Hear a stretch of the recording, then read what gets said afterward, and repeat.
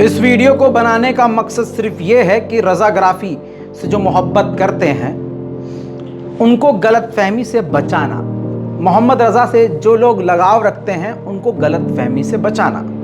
लोगों को लगता है कि मैं बहुत फेमस हो गया हूँ तो ज़िंदगी बड़ी आसान है। नहीं, आपको ये बताना चाहूँगा कि जितना मेरा नाम है उससे ज़्यादा मैं मुसीबतों से घिरा रहता हूँ। मेरे बारे में अफवाहें, मेरे बारे में गलतफहमियाँ, मेरे बारे में गलत कहानियाँ अक्सर समाज में घूमती हैं। ये 3 साल के इस अपने करियर में as a YouTuber, as a journalist मैं आपके सामने रख रहा हूँ 3 साल में पहली बार, वो भी अनस्क्रिप्टेड पे इसलिए रख रहा हूँ क्योंकि अब इस चैनल को ज़्यादातर लोग अल्हम्दुलिल्लाह देखते हैं। दोस्तों, सबसे बड़ी चीज़ ये है कि लोगों को लगता है कि मेरे बहुत सारे दोस्त हैं, बहुत सारे दोस्त हैं, अंधा मतलब जहाँ मैं हाथ रख दूँ वो दोस्त मेरा, लेकिन ये सरासर गलत है। आज खुल्लम खुल्ला इस बात को कह रहा हूँ, अगर कोई मुझे अपना दोस्त कह रहा है तो मेरी दोस्ती की मोहर उस पर नहीं है। मेरे साथ अगर कोई वीडियो में दिख गया कहीं या मैं किसी के साथ घूमता हुआ दिख गया तो ज़रूरी नहीं कि वो मेरा दोस्त है, पहली बात। दूसरी बात, ये याद रखिएगा कि मेरा कोई दोस्त नहीं है। जो 18 साल पुराना मेरा दोस्त मुझे छोड़कर गया वो भी सिर्फ इस पैसे की वजह से, उसके बाद न उससे पहले कभी किसी से दोस्ती थी, न अब कभी शायद हो। तीसरी बात, आपकी कामयाबी से आपके अपनों के ही पिछवाड़े में आग लग सकती है, तो सावधानी आपको बरतनी होगी। मैं एज अ यूट्यूबर 3 साल में अब कामयाब हुआ, 3 साल से लोगों ने जानना शुरू किया, लेकिन एक बड़े चैनल पर बहुत पहले से मैं काम करता था, जिसकी वजह से मेरे खुद के अपने ख़ानदान के लोगों के पिछवाड़े में आग लगी रहती थी।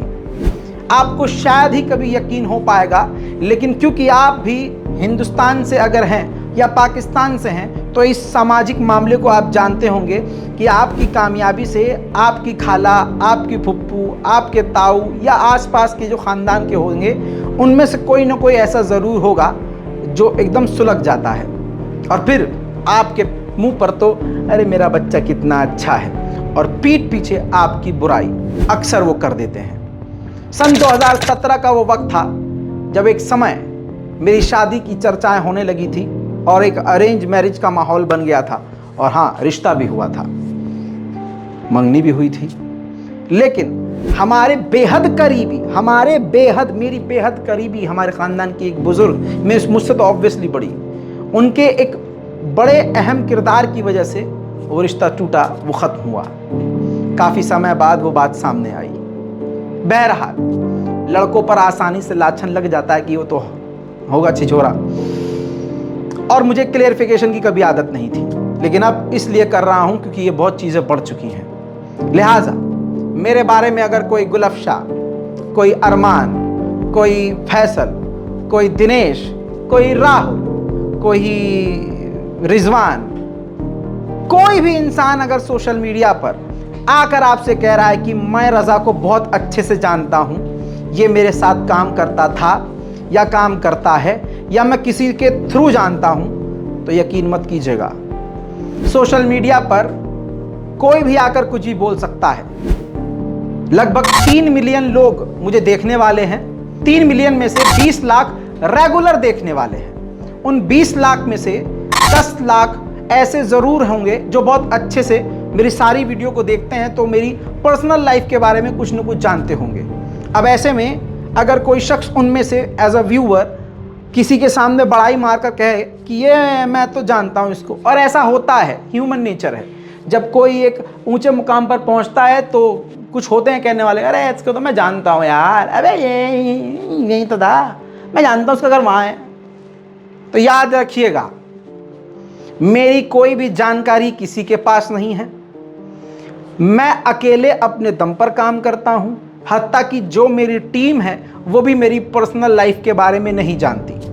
मैं अपना दूसरा चैनल होने के बावजूद मैं क्या करता हूं, मैं कहां जाता हूं, मैं कहां घूमने जा रहा हूं, क्या कर रहा हूं, दूसरे व्लॉगर्स की तरह अपनी अम्मा, अपने अब्बा, अपना घर, ये मेरा घर, आज मैंने पीले रंग का पखाना किया है, आज मेरे को उल्टी आई है, आज मैंने दही खाया है, ये सब करने का शौकीन नहीं हूँ। अगर मेरी जगह कोई और होता तो ऐसी मिस इन्फॉर्मेशन की वजह से शायद डिप्रेशन में चला जाता, लेकिन आपके साथ और दुआओं की वजह से अभी तक सही सलामत खड़ा हूँ। और ऐसा पहली बार नहीं हो रहा है। आज से ठीक 1.5 साल पहले भी जब 40 दिन के लिए मेरा चैनल बंद हुआ था और मुझे कई सारे केसेस का सामना करना पड़ रहा था और कोर्ट कचहरी से जाकर मामलात को देखना पड़ रहा था और मैं अपने स्टूडियो से दूर था, कई और सारी वजह थी जिसकी वजह से मैं पब्लिक में नहीं आ सकता था, यानी मैं सोशल मीडिया पर नहीं आ सकता था।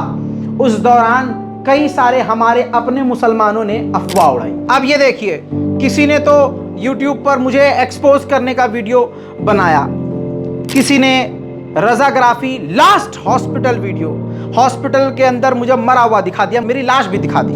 अगले ने तो पूरा जनाजा ही दिखा दिया कि मैं मर चुका हूं, मेरा जनाजा है। उसके बाद तो अगले ने और बड़ा कांड कर दिया, बड़े बड़े लोगों को मेरा जनाजा उठाते हुए दिखा दिया। फेमस यूट्यूबर रजाग्राफी डेथ। इसके अलावा एक ने तो रजाग्राफी को क्या हो गया है लिख कर मुझे जेल के अंदर दिखा दिया और मेरी दूसरी तस्वीरों को मिक्स करके गुमराह करने की कोशिश की। इसी तरह से दूसरे यूट्यूबर ने अलग अपने कमाई यूट्यूब की कुछ इस तरह से की कि लिखा कि क्या रजाग्राफी की मृत्यु हो गई है, अभी अभी आई चौंकाने वाली खबर। उसके बाद दोस्तों किसी और ने लिखा कि रजाग्राफी के साथ क्या हुआ, असल बात सामने आ गई। अगले चच्चा ने तो पूरी तरह से मेरी फोटो को एडिट करके मेरी लाश को कफन के अंदर दिखा दिया और उन्होंने कई बातें जो आप थंबनेल पर देख रहे हैं कि रजाग्राफी की मौत की सच्चाई इस तरह से दिखाई। फिर इन्हीं चच्चा ने यह भी दिखा दिया कि रजा भाई कहाँ हैं और किसी बेचारी किसी और औरत को मेरी माँ बता दिया और दिखा दिया कि कॉल रिकॉर्डिंग लीक हो गई है। इसके बाद मेरी एक रील की वीडियो को उठाकर उसका स्क्रीनशॉट लेकर डेथ की खबर दिखा दी गई, यानी मौत की खबर दिखा दी गई। फिर एक मौलाना ने तो, दाढ़ी वाले मौलाना, टोपी वाले, अल्लाह वाले भाई साहब ने, जिनकी दाढ़ी और टोपी पे सभी भरोसा करते होंगे, इस अल्लाह वाले शख्स ने भी, इसने तो जेल भेज दिया और जेल भेजने के बाद मुझे लाइव भी दिखा दिया कि जेल से लाइव है। बताइए इनका बाप लाइव बात करवाएगा जेल से या इनकी माँ? कोई ऐसा सिस्टम है कि पत्रकारों से जो कैदी होंगे वो वीडियो कॉल पर बात करें? अगले ने और खेल खेल दिया, हमने लगा दिया, अरे योगी रजाग्राफी को लेकर बड़ी खबर, जेल में से दिया पैगाम, मैंने जेल से पैगाम दिया। अगले ने और बेहतरीन टाइटल वाला खेल खेला, रजाग्राफी के साथ क्या हुआ हादसा, सच्चाई आ गई सामने। इसके बाद भाई साहब रजाग्राफी की मौत हो गई। जानिए इस वीडियो में पूरी सच्चाई, इंतकाल हो गया, झूठ या सच, फुल जानकारी। दोस्तों इसीलिए आपसे कह रहा हूं, जब कोई मेरे बारे में आकर आपसे कहे या कोई लड़की भी फेक अकाउंट से भी कहे कि ये मेरे साथ रिलेशनशिप में है, मैं इससे प्यार करती हूँ, ये मुझसे प्यार करता है, हम यहाँ गए, हम वहाँ गए, याद रखिएगा मैं किसी को वालेकुम अस्सलाम के आगे कोई बात नहीं कहता, ये याद रखिएगा। मेरे सोशल मीडिया पर कुछ गिने चुने प्लेटफॉर्म हैं, इंस्टाग्राम पर रजाग्राफी और रजाग्राफी अनस्क्रिप्टेड, ये 2 अकाउंट है, इसके अलावा कोई और अकाउंट नहीं। फेसबुक पर एक पेज है रजाग्राफी मीडिया के नाम से। यूट्यूब पर 2 चैनल हैं, रजाग्राफी और रजाग्राफी अनस्क्रिप्टेड, जिस पर आप ये वीडियो देख रहे हैं। तो बेवकूफ़ मत बनना मेरे बारे में अफवाह, अरमान तो ये कह रहा था, ये तो ऐसा है, अरे वो कह रहा था फलाने चैनल वाला, मैं जानता हूँ उसे, मैं तो बहुत अच्छे जानता हूँ, मैं भाई ये तो तलाक हो गया, इसका 3 बार तलाक हुआ है। किसी ने तलाकशुदा बताया, किसी ने शादीशुदा बताया, किसी ने सिंगल बताया, किसी ने कह दिया कि मेरे 4 बच्चे हैं। अब क्योंकि हमारा काम ऐसा है, हम चाह कर भी अपने बाप को भी सामने नहीं ला सकते कि यार चलो मेरे वालिद साहब है, दूसरे यूट्यूबर करते हैं। इस चीज को, इस सिनेरियो को समझने से पहले लोग कुछ भी मान लेते हैं और समझ लेते हैं कि हाँ यार ये सही कह रहा होगा। जो भी आप माने और जाने, मुझसे पूछिए, मुझसे समझिए। लोग जितना जानते हैं वो मेरी वीडियो के जरिए ही जानते हैं कि हाँ रजाग्राफी, यार ये घूम रहा था, हाँ एक वीडियो में देखिए वेन्यू, हाँ तो यार उसके पास वेन्यू है।